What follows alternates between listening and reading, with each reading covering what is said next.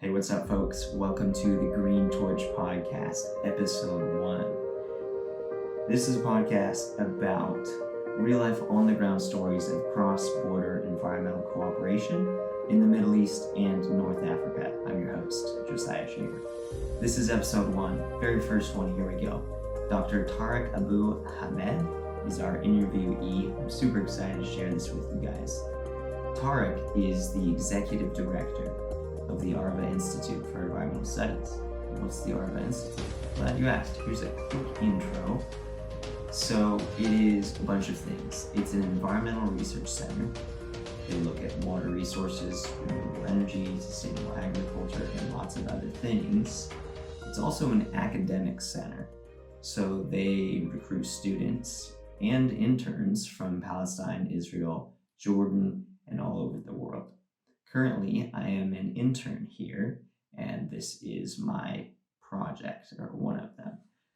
The mission of the Arava Institute is, quote, advancing cross-border environmental cooperation regardless of political conflict. By dedicating ourselves to this mission, we ensure that, 1, the shared environmental resources of the region will be protected from further degradation and loss. 2, scarce environmental resources will no longer be a source of conflict. 3, environmental cooperation will become a model for cross-border cooperation in all other areas of the conflict. End quote. So that's what they're about. I can explain more, but actually let us know if you would like us to do an entire episode on the Arava Institute. Yes, let us know. Now, let's continue on here. Back to the interviewee. Who is Tareq? Well, let me quote from his bio on the website of the Arava Institute. Dr. Tareq Abu Hamed from East Jerusalem holds a bachelor's and a master's of science in chemical engineering from Gazi University in Turkey, formerly known as Turkey, and a PhD in chemical engineering from Ankara University in Turkey, and has completed 2 terms of postdoctoral research at the Environmental Science and Energy Research Department of the Weizmann Institute in Israel, and the University of Minnesota's Mechanical Engineering Department Solar Energy Lab. In 2008, he established the Center for Renewable Energy and Energy Conservation, often known by its acronym CREEC, at the Arava Institute. He left the Arava Institute in 2013 to become the Israeli Ministry of Science's Deputy Chief Scientist, and later the Acting Chief Scientist, the highest-ranking Palestinian in the Israeli government. He returned to the Arava Institute in 2016 as Director of CREEC and Academic Director, and was appointed Executive Director in 2021, end quote. So that's a quick intro, but I'm going to let Tareq share his own story. So, yalla, let's tune into the interview.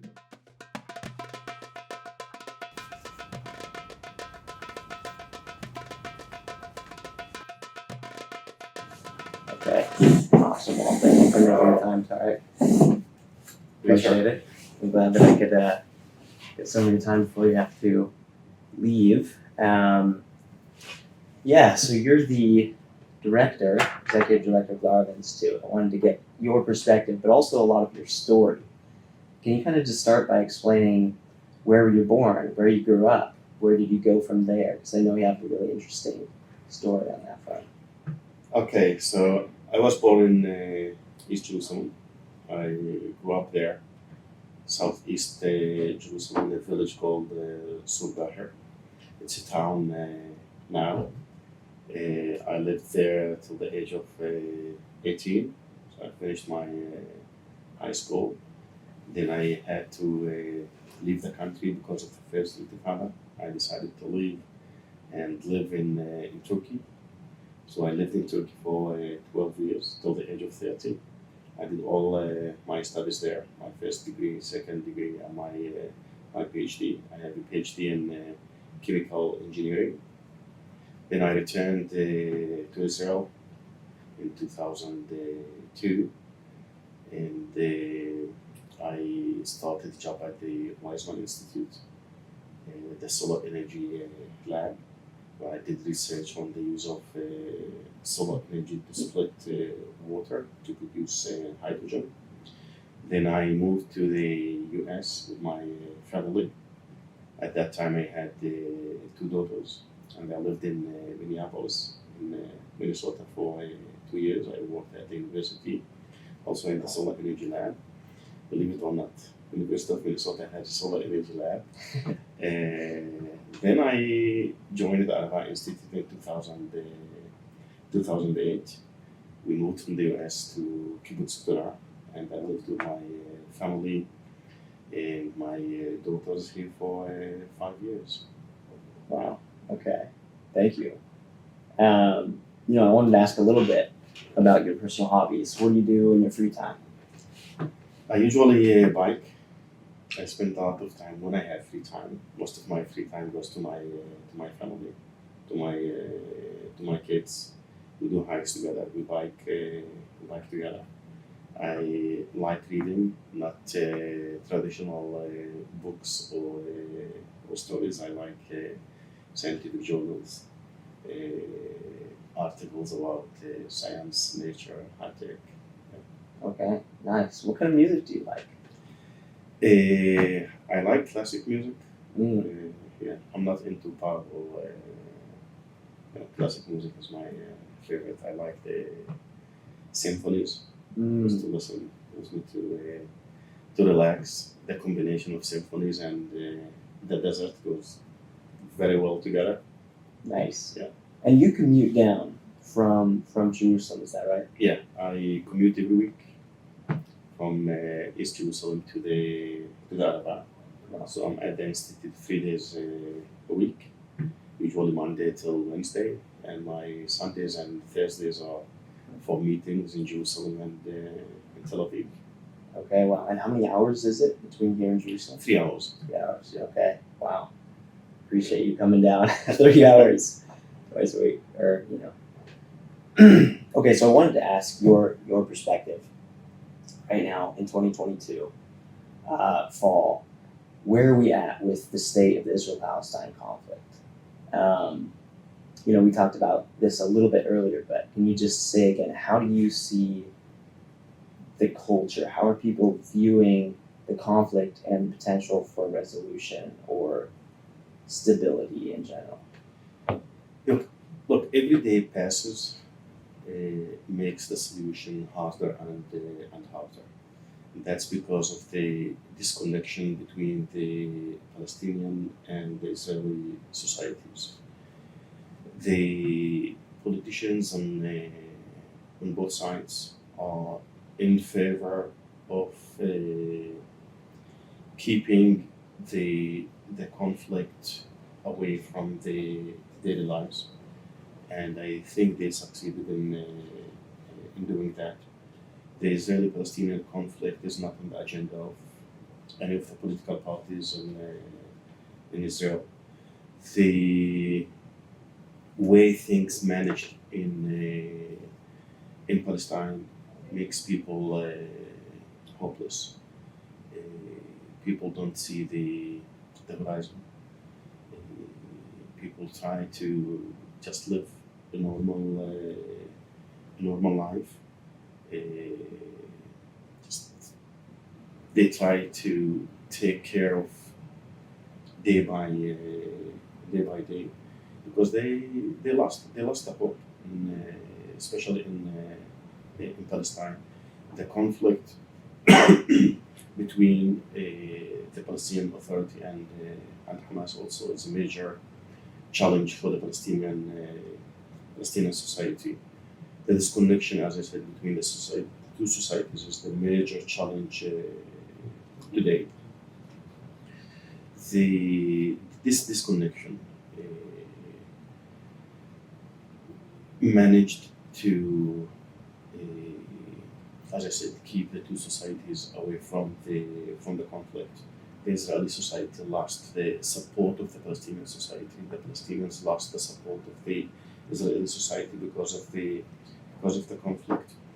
The Israelis try to They before 5 or 6 years, we had a new phrase that's called to manage the conflict, and now is to minimize the conflict. This is the way the Israeli government's acted for the last maybe 10 or 15 years.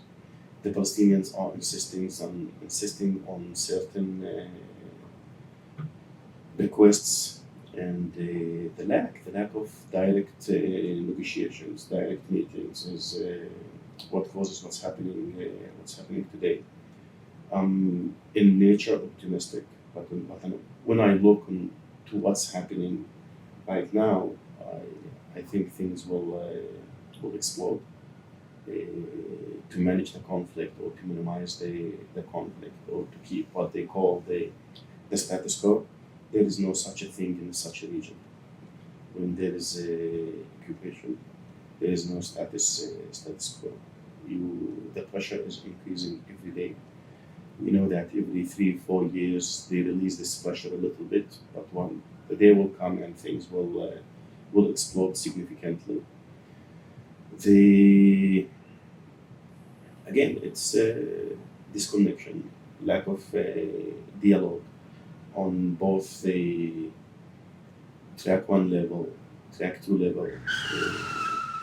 Whoa, whoa, whoa, whoa, whoa. Okay, we need to clarify something here. So I stopped the interview because I want to clarify what track one and track two diplomacy are. So I'm pulling a definition from Wikipedia actually because they have a pretty good one up there. Quote, track two diplomacy or back channel diplomacy is the practice of non-governmental, informal, unofficial contacts and activities between private citizens or groups of individuals, sometimes called non-state actors. What does that mean? So, right, track one diplomacy, in contrast, is like the government actually sending their diplomats, sending their official representatives to try to negotiate formally, officially, and right, then they have to be superficial and all that fun stuff. Whereas track two diplomacy can be just like literally anybody. It can be you, it can be me, it can be somebody that has a friend on the other side, and so they are maybe trying to work together or whatever. So it can be nonprofit organizations, non-governmental organizations, it can be environmental groups, any of these things. So what's important to note here is that the Arava Institute does both. They work with governments when they can, and they also come in as a non-governmental organization, as a research institute, and do what they can to facilitate cooperation. So I'll just leave it at that. Let's jump back in. I'll rewind it and back to the interview. Again, it's disconnection, lack of dialogue on both the track one level, track two level, disconnection between civil societies on both sides. This is the major challenge that we have in the region. And when we look to the geopolitics in the region and also around the world is busy with other things, with Russia, with China, with Ukraine, what's happening in Africa, in South America. And the Palestinian-Israeli conflict is not on the top of the agenda of the EU or the US anymore. So you mentioned that there's a lot of pressure. At some point, you think it's going to explode. This is a big deal. So are you saying that it is like a pressure cooker, like a time bomb? At some point, at some point, I think it will explode. Why? Look, the Palestinian society is a very young society. We have around 3.5 million people below the age of 30, both in Gaza and in the West Bank. Most of them have at least first degree, okay, but they don't have jobs. People finish engineering schools and they sell fruits and vegetables in the streets. And people want to have life. They want to establish a family. to have a better future. And this is not dealt with in the proper way in Palestine and in Israel. Israel must support the Palestinian Authority at least to increase the life equality of people. To have unstable neighbor is not good for anyone. Mm. And look, it's the as you know, the West Bank is divided into three areas: Area A, which is under the full Palestinian control; Area B, which is like civil control, is with the Palestinians, the security with Israel; and Area C is under the full control of Israel. And any development that can support and help the Palestinians to develop industrial zones, power plants, desalination plants, water treatment plants. The only place is Area C, and that's why Israel should allow Palestinians to develop such projects in Area C. That's to the benefit of both sides. Gotcha. Can you talk about how this relates to the mission of the Arava Institute? And you mentioned that you, at a different time, you mentioned that you had spent some time on the kibbutz, like experiencing that dialogue between cultures. Can you talk about that and how it relates to what the Arava Institute is and what its mission is and what its role is in the conflict? Okay, let me answer your question by telling you a story. 2021, May. Almost 4,500 rockets were fired from Gaza to Israel. More than 1,500 attacks from Israel on Gaza for 11 days. During these 11 days, the Arava Institute was on a daily contact with our Palestinian partners in Gaza. The Arava Institute has several projects in Gaza. We were in touch with our partners, asking them how these projects are functioning, anything happened to them. One of these projects is a system that generates drinking water from air. It collects the humidity and produces drinking water. And we asked our partners, can you please tell us, are they functioning? Are they safe? And they said, we cannot reach them. Roads are blocked. It's a war. The war ended on Friday evening, on Erev Shabbat. On Saturday morning, we received photos of people standing in line filling water from these systems. And 2 days later, on Monday morning, we received 5 requests from 5 different municipalities in Gaza asking for such systems. The success here is not that we were able to send this system into Gaza. The success is that we were able to keep in touch with our Gaza partners as the Arava Institute, okay, as an Israeli organization, even during the toughest time, during the war, that we had that open channel of communication. Why did that happen? Because we were able to build trust with our Gaza partners, with the communities. And we managed to build that trust because we had an open, honest dialogue with them. How do you do that? First, bring people to the same room, around one table. They discuss, they share ideas, they share stories. Usually they just disagree with each other, but they build an understanding.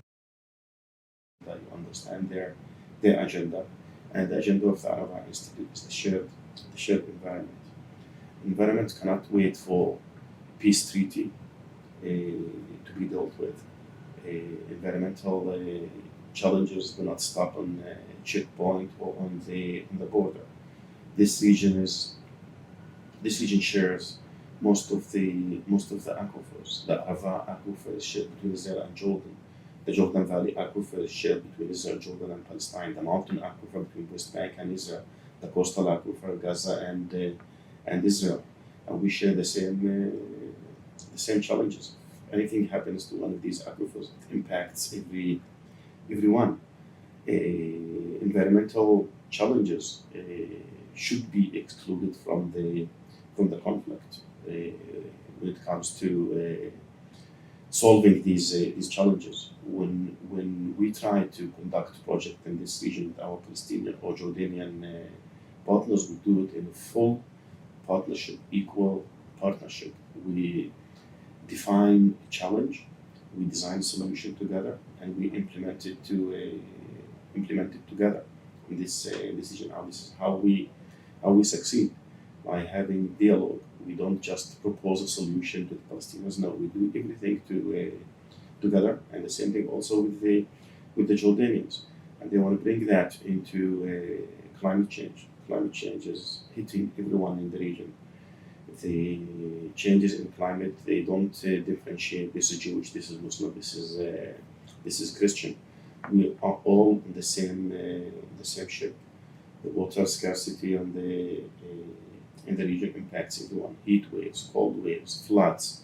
We're all impacted by this. And to climate change should be under a regional perspective, not individual solutions. Climate change, one country alone cannot deal with climate change. There should be regional cooperation. There should be international cooperation. Israel has the right technologies to desalinate water. The Jordanians, the Israelis, the Palestinians, they have the ability to produce their own electricity from the sun.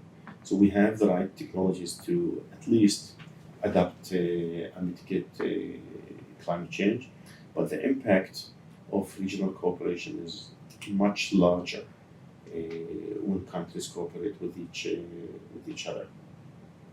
Nice. So, COP27, UN Climate Change Conference. I know you're going. I know some folks from the Arava Institute will be going. Can you talk about what that means, what your goals are there, and what you'll be doing? Okay, look, COP is the conference of the parties, is one of the major conferences of the United Nations on climate, where almost every environmental and non-environmental organizations come to discuss climate. It's a great platform for connections with similar organizations. It's a great platform to expose the world to the work that we do, to the model that we do here at the Arava Institute. We will be like 7 or 8 people from the Arava Institute presenting their work on 3 different panels: one on environmental education, one on water and wastewater use, and the third one is on environmental diplomacy. It's again, it's a great connection. The whole world is there. There's a lot to learn from other organizations, and a lot of things to show to the people in Sharm el-Sheikh about the work that we do here at the Arava Institute. And the focus of COP27 will be around the developing world, rural communities, preference of grid technologies. And most of the work that we do have here at the Arava Institute can contribute a lot on these topics on off-grid technologies: how to desalinate water, how to treat wastewater, how to produce your own fuel, solar pumping, water purification, off-grid electricity systems, energy storage, agri-photovoltaics. We have a lot of examples that we can show there. Nice. Okay, I think we have about 2 more minutes before you have to go to your next appointment. But can you talk about the goals of the mission of the Arava Institute and its plans to expand, to grow, to do more? Well, the mission of the Arava Institute is to advance cross-border environmental cooperation in the face of the political conflict. We want to advance cross-border climate justice and resilience. As I said, we cannot use the conflict as an excuse for not dealing with the environmental challenges of today. We have a lot of successes here in this region, and we want the Arava Institute to have a larger impact, first of all in the region that we live in, and then to be a model for other conflict regions around the world. Currently, we are working on expanding the campus of Arava Institute. Now we have a capacity for 62 students. We want to go to 95, then to 150 students. We're expanding the campus. We are building our first expansion building as dorms. This building will have the gold LEED standard. That means it will produce its own electricity. Will treat the wastewater. Will desalinate the water. It will have hydroponics, aquaponics, and they call it the living lab. The students and interns will live in a building. Will use these technologies, and hopefully, when they go back to their communities, they will implement some of these projects in their back home. Wow, that is really cool and really inspiring. And I look forward to that day. It's 8:40. I know you have to go, but thank you so much for your time. Pleasure. We'll catch up later. But good luck in the rest of your fall, the next few weeks. I know you have a big schedule, so thank you very much. Thank you. Okay, till next time. Okay, so that is the interview. Super quick. He was pretty busy, and we only had about 20 minutes. There's a lot more to unpack, and I'm excited for the following episodes in which we can dive deeper into this content. If you're liking this, please like and subscribe, follow us. If you didn't know, we're also recording the video on YouTube, so feel free to check that out there. It'd be super helpful if you like this to leave a review or give us feedback however you want. That helps a lot of other folks see the podcast, so please consider that. If this is something you would consider supporting as well, I want to make that quick pitch. I'm covering my own costs here at the Arava Institute as a volunteer intern. So I have a GoFundMe page, I'll put that link in the notes. If you want to support the show, we also have a Patreon account. So check that out if you wish. If you want to join the conversation, and please do, you can do that on social media. You can also send us an email. The email is greentorchpodcast@gmail.com. I'll put that in the show notes as well below. Lastly, I have to credit a whole bunch of people for this show. It's been a lot of work. It's taken a lot of time, but we are making it happen.